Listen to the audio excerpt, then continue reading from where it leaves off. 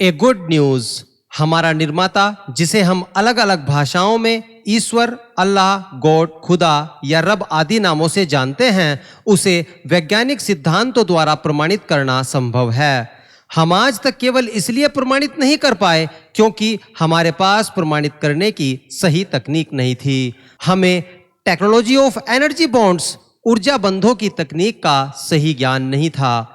ये वही तकनीक है जिसके द्वारा ईश्वर ने शून्य से सृष्टि यानी सिस्टम को बनाया एवं सिस्टम ने हमारे भौतिक रूप का निर्माण किया।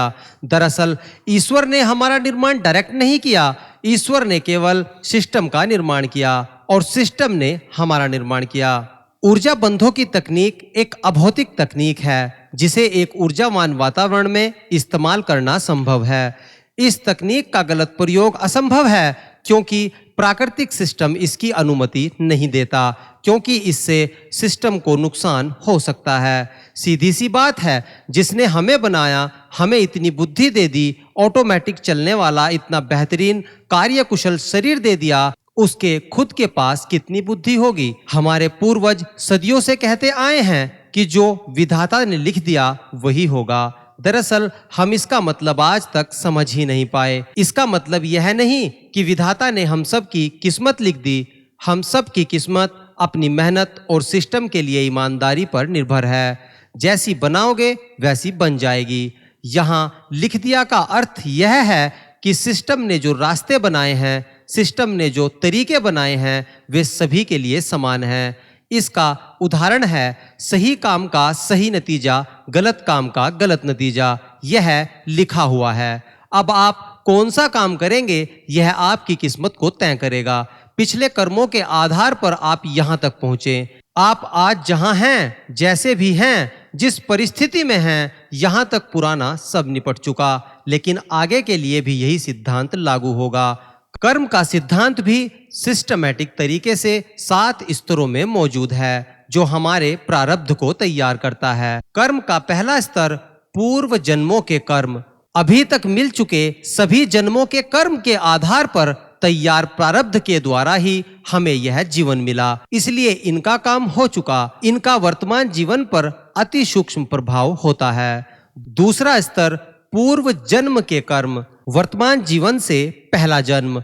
इनका भी हमारे जीवन पर सूक्ष्म प्रभाव होता है क्योंकि प्रारब्ध से जुड़े पिछले जन्म के आधार पर प्रभावित हो सकने वाली परिस्थिति में जन्म मिला है। तीसरा स्तर वर्तमान कर्म। वर्तमान जीवन में आप जिस परिस्थिति में हैं, यह परिस्थिति वर्तमान जीवन में किए गए सभी कर्मों का परिणाम है। यहाँ तक पुराना सब निपट चुका। यहाँ तक प्रारब्ध में आप कोई बदलाव नहीं कर सकते, लेकिन आगे के स्तरों में आप बदलाव कर सकते हैं। चौथा स्तर दैनिक कर्म, जो आज किया जा रहा है, जिसका प्रारब्ध और फल भविष्य में तैयार होगा। इसका हमारे जीवन पर अधिक प्रभाव पड़ता है। मान लीजिए आज आपने प्रोजेक्ट एनसीएस में इन्वेस्ट किया तो इसका प्रॉफिट आपको भविष्य में मिलेगा। यह इसका उदाहरण है। पांचवा स्तर अग्रिम कर्म, जो कल करने का विचार है। आज का काम खत्म करने के बाद कल क्या करना है का विचार अग्रिम कर्म है। इसका बहुत अधिक प्रभाव पड़ता है। छठा स्तर है भविष्य कर्म। आपके टारगेट तक पहुंचने का रास्ता क्या है, यह निर्धारित करना भविष्य कर्म है। कर्म का 7वां और कर्म फल देने वाला स्तर है फलित कर्म। जैसा अनुभव जीवन में हो रहा है, जो कर्म फलित हो रहे हैं, जिन कर्मों का फल हम अभी भोग रहे हैं, वे फलित कर्म हैं। इसलिए महाज्ञान का सिद्धांत कहता है, जैसा करोगे वैसा भरोगे। इसका मतलब किस्मत के लिखे को मिटाया नहीं जा सकता। ठीक वैसे ही यह भी लिखा हुआ है कि किसी भी अभौतिक तकनीक को केवल सिस्टमैटिक लाभ के लिए ही इस्तेमाल किया जा सकता है। कोई एक व्यक्ति भी इस तकनीक को अकेला इस्तेमाल नहीं कर सकता और न ही इसका लाभ उठा सकता। यदि ऐसा होता तो मैं अकेला ही कर लेता। दरअसल इस तकनीक को इस्तेमाल करने के लिए एक राज्य या एक देश के कम से कम 7 से 9% लोग और अधिक से अधिक सभी लोग मिलकर सिस्टमैटिक तरीके से ही इसका पूरा और सही लाभ उठा सकते हैं। यदि राज्य सरकार और देश की केंद्र सरकार भी अपने लोगों की सहायता करे तो बहुत तेज गति से सभी बड़ी बड़ी समस्याओं से छुटकारा पाना संभव है। तो गुड न्यूज़ यह है कि यदि हम सब मिलकर अभौतिक विज्ञान को सीखें और यह समझ जाएं कि हम किस खेल के मोहरे हैं, यदि हम यह समझ जाएं कि हमारा पूरा प्राकृतिक सिस्टम कैसे काम करता है, तो हम अपनी प्रकृति और पर्यावरण से प्रेम करने लगेंगे एवं संतुलन बनाने में अपने सिस्टम की सहायता करना शुरू कर देंगे। हमें इसके बहुत सारे लाभ मिलते हैं। उन्हीं लाभों में से एक लाभ यह भी है कि हमारे शरीर के मरने के बाद भी हमारा जीवन हमारे हाथ में सुरक्षित रहता है, क्योंकि आप सिस्टम के लिए लाभदायक सिद्ध हुए तो इसलिए वह आपको मार नहीं सकता, वह आपका जीवन ऊर्जा बंद तोड़ नहीं सकता और हम बच जाते हैं। धार्मिक भाषा में इसे मुक्ति भी कहा गया है। मुक्ति का मतलब यह है कि अब आप अपने सिस्टम से मुक्त हैं। यहाँ आप सिस्टमैटिक जीवन मरण के चक्र से छूट जाते हैं और फैसला आपके हाथ में होता है यहाँ से आगे कि आप अभौतिक जीवन जिएंगे या दोबारा भौतिक शरीर में जाना पसंद करेंगे। भौतिक विज्ञान को सीखकर हम आधुनिक सभ्यता बन गए। अब यदि हम एक अत्याधुनिक सभ्यता बनना चाहते हैं तो हमारे पास केवल एक रास्ता है। अब हमें अभौतिक विज्ञान को सीखना होगा। मेरी आप सभी से रिक्वेस्ट है कि इसे बड़े ध्यान से और शांतिपूर्ण वातावरण में समझें, क्योंकि यह विषय बहुत बड़ा है। अगर कुछ चीजें मिस हुई तो फिर यह आपको समझ नहीं आएगा। इस विषय में महाज्ञान के सिद्धांत को समझाया गया है। पूरे ब्रह्मांड में ज्ञान के भी 7 स्तर हैं। पहला स्तर इंद्रिय ज्ञान। हमारे आंख, कान, मुंह, नाक आदि इंद्रियों के द्वारा देखने, सुनने, बोलने और सूंघने आदि का ज्ञान इंद्रिय ज्ञान कहलाता है। दूसरा स्तर है भौतिक विज्ञान। एक लकड़ी को छीलकर तीर बना देने से यह शुरू हो जाता है। जितनी तकनीकों को आप जान लेते हैं यह उतना ही बड़ा होता चला जाता है। तीसरे स्तर पर आता है आत्मज्ञान, यानी अपने भीतर का ज्ञान या शारीरिक सिस्टम का ज्ञान। स्वयं का ज्ञान आत्मज्ञान कहलाता है।